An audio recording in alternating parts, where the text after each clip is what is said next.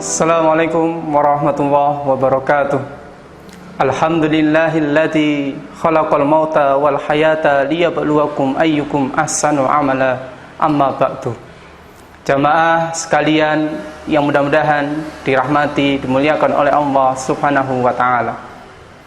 Ibnul Qayyim pernah berkata di dalam sebuah kitabnya bahwa ada 3 hal yang senantiasa hendaknya diterapkan di dalam kehidupan kita sebagai hamba Allah Subhanahu wa taala. 3 hal tersebut adalah, yang pertama adalah syukur. Kita ketahui bahwa hidup di dunia ini, semua yang ada di dalam diri kita adalah semuanya adalah pemberian nikmat dari Allah Subhanahu wa taala. Tentu nikmat itu sangat-sangat kita cintai, sangat-sangat kita sukai. Maka sewajarnya dan hendaknya menjadi prioritas kehidupan kita. Ketika Allah telah memberikan nikmat kepada kita, maka hendaknya kita bersyukur kepada Allah Subhanahu wa taala. Syekhul Islam Ibnu Taimiyah pernah berkata, "Wa anna syukra yakunu," dan sesungguhnya syukur itu memiliki 3 rukun.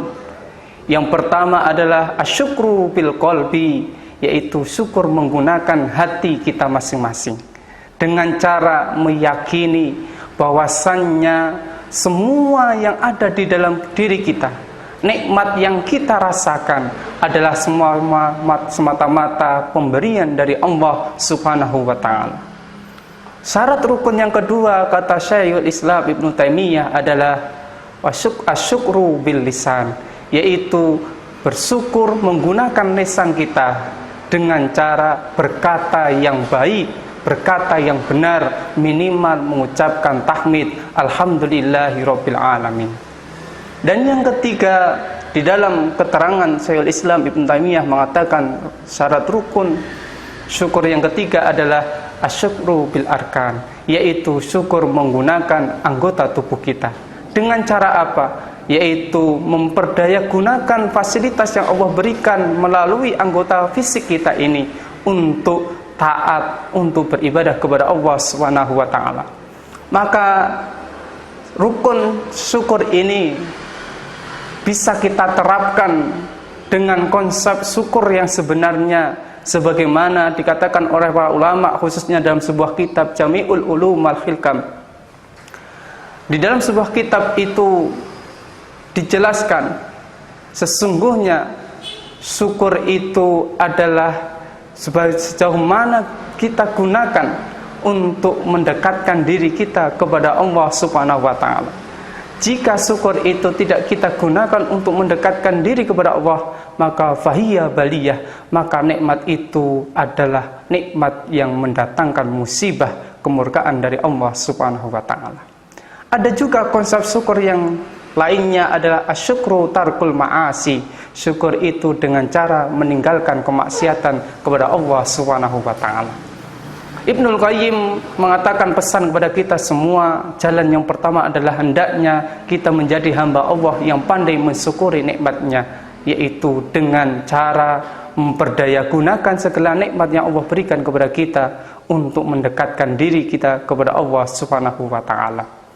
Yang kedua, yang hendaknya kita lakukan di dalam kehidupan kita sehari-hari sebagai hamba Allah Subhanahu wa taala adalah sabar. Kita ketahui bahwasannya Allah tidak hanya memberikan nikmat kepada kita, tetapi Allah juga akan memberikan ujian kepada kita. Tentu namanya ujian itu sesuatu yang tidak kita sukai, tidak kita senangi, tidak kita harapkan. Tetapi ujian ada sesuatu yang pasti akan terjadi, dialami oleh setiap manusia. Maka dalam surat Al-Baqarah ayat 155 Allah Subhanahu wa taala berfirman, "Walanabluwannakum bisyai'im minal khaufi wal ju'i wa naqsim minal amwal wal anfusi was samarat wa basyiris sabirin."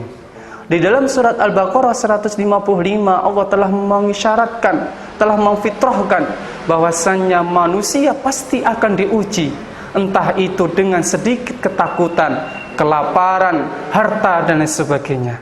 Maka kita sebagai seorang muslim tentunya ketika Allah memberikan ujian kepada kita, maka jalan yang harus kita tempuh adalah sabar dan ridho akan ujian dari Allah Subhanahu wa ta'ala. Dengan cara apa kita bisa bersabar kepada Allah? Para ulama memberikan syarat rukun sabar itu. Yang pertama, sebagaimana rukun syukur, sabar di dalam hati kita dengan cara apa? Menahan hati kita untuk tidak ngresulo, tidak gerundel, tidak meyakini bahwa Allah tidak adil, tidak sayang dan sebagainya. Hati kita dijaga, jangan sampai hati kita termasuki penyakit-penyakit hati yang merusak amalan-amalan kita. Yang kedua, menjaga lisan kita sabar. Jangan sampai melalui lisan kita kemudian kita keluar ucapan mengumpat, mencela, menghardik, mencemooh akan ujian yang Allah berikan, cobaan yang Allah berikan kepada kita. Dan yang ketiga, sabar dengan cara menahan anggota tubuh kita. Jangan sampai kemudian dengan tangan kita, kaki kita, lisan kita, mata kita, atau anggota tubuh lainnya kita gunakan untuk berbuat di luar kewajaran aturan syariat Islam. Misalnya, ketika kita mungkin diuji oleh Allah dengan sedikit ketakutan berupa kehilangan rezeki, kemudian kita stres, kemudian kita takut kehilangan rezeki itu, dan kemudian Allah mentakdirkan rezeki itu hilang, kemudian kita bunuh diri, maka itulah bukan jalan-jalan orang muslim. Hendaknya kita sabar melalui hati kita, lisan kita, dan perbuatan kita. Jamaah ma'asyiral muslimin wal muslimat yang mudah-mudahan dirahmati oleh Allah Subhanahu wa taala.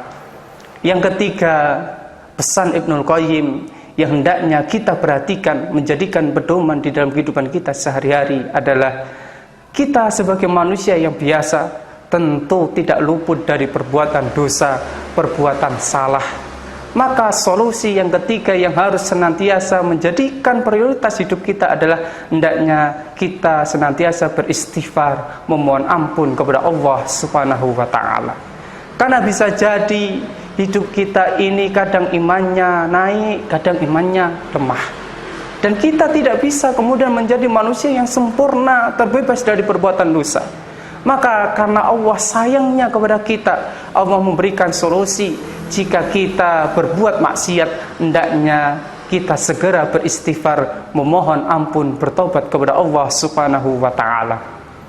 Ma'asyiral muslimin jamaah rahimani wa rahimakumullah.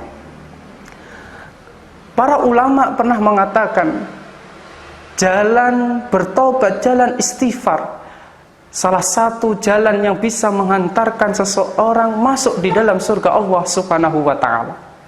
Ambil contoh, bisa jadi seseorang yang kehidupannya senantiasa bermaksiat kepada Allah, tetapi pada akhirnya dia masuk surga.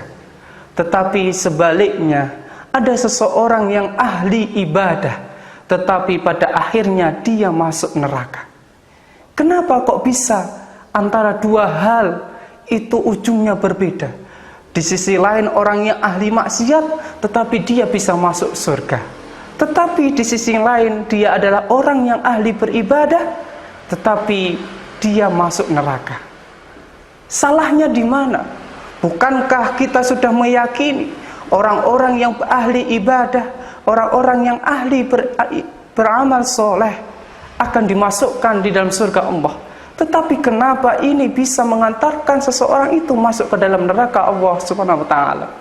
Ma'asyiral muslimin jamaah yang mudah-mudahan dimuliakan oleh Allah Subhanahu wa ta'ala, letaknya di dalam hati masing-masing.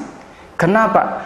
Bisa jadi seseorang yang berbuat dosa tersebut, yang berbuat maksiat tersebut, di dalam hatinya ada rasa penyesalan, ada rasa takut, yang kemudian melahirkan spirit semangat untuk bertaubat, beristighfar, memohon ampun kepada Allah, sehingga dia memperbaiki dirinya menuju jalan-jalan Allah.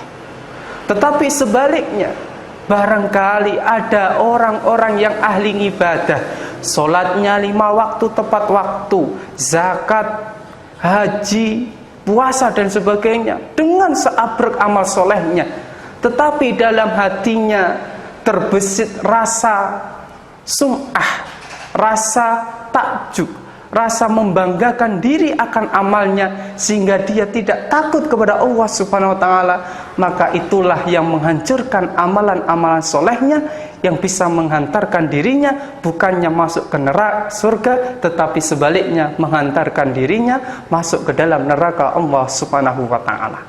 Bukankah seringkali kita dengar tentang peristiwa orang-orang terdahulu yang sudah membunuh 100 orang, yang pada akhirnya orang tersebut dimasukkan ke dalam surganya Allah Subhanahu wa taala. Karena apa? Karena pada akhir hayatnya dia bertobat memohon ampun kepada Allah Subhanahu wa taala. Maka ini hal ini sangat pas dengan sabda Rasulullah sallallahu alaihi wasallam, innamal a'malu bil khawatim. Sesungguhnya amalan seseorang itu tergantung akhirnya. Hidup kita ini husnul khotimah atau su'ul khotimah tergantung akhirnya. Maka prioritaskan, jaga niat kita dari awal sampai akhir. Jangan goyah, apalagi kemudian dimasuki dengan sifat-sifat ataukah penyakit-penyakit hati yang bisa menghancurkan amalan-amalan yang sudah kita perjuangkan, seperti sholat, dzikir, puasa, haji, dan lain sebagainya. Insya Allah dengan cara kita menjaga hati kita melalui sifat khauf, takut kepada Allah Subhanahu wa taala, takut akan amalan-amalan yang sudah kita perbuat itu tidak diterima, tapi juga harus ada sifat roja, berharap kepada Allah. Mudah-mudahan amal yang sudah kita lakukan Allah menerima sebagai catatan amal soleh. Itulah 3 pesan Ibnul Qayyim yang hendaknya senantiasa kita prioritaskan di dalam kehidupan kita sehari-hari. Yang pertama, hendaknya senantiasa menjadi hamba Allah yang pandai mensyukuri nikmatnya. Insya Allah dengan kita pandai mensyukuri nikmatnya, Allah akan menambah nikmat demi nikmat itu. Dan insya Allah, Allah akan menjauhkan diri kita dari musibah malapetaka yang menimpa di kehidupan kita sehari-hari, jika kita bisa menjadi hamba Allah yang pandai mensyukuri nikmatnya. Yang kedua, hendaknya kita menjadi seorang manusia yang sabar akan menerima segala ujian, bentuk ujian musibah yang Allah berikan kepada kita. Maka 3 tingkatan sabar hendaknya kita menjadi titik prioritas. Sabar dalam menerima ketentuan Allah, baik khususnya yang tidak kita senangi. Sabar dalam menjalankan perintah Allah, dan sabar dalam meninggalkan larangan-larangan Allah.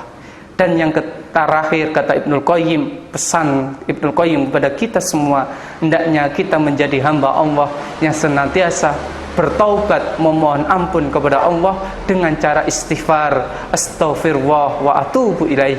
Insya Allah dengan cara bersyukur, bersabar, dan beristighfar akan melahirkan hamba-hamba Allah yang muttaqin, hamba-hamba Allah yang nantinya akan memperoleh kebaikan, keberuntungan, keselamatan fid dunya hatta wal akhirah, sebagaimana doa yang senantiasa kita minta kepada Allah, Rabbana atina fid dunya hasanah wa fil akhirati hasanah wa qina adzabannar.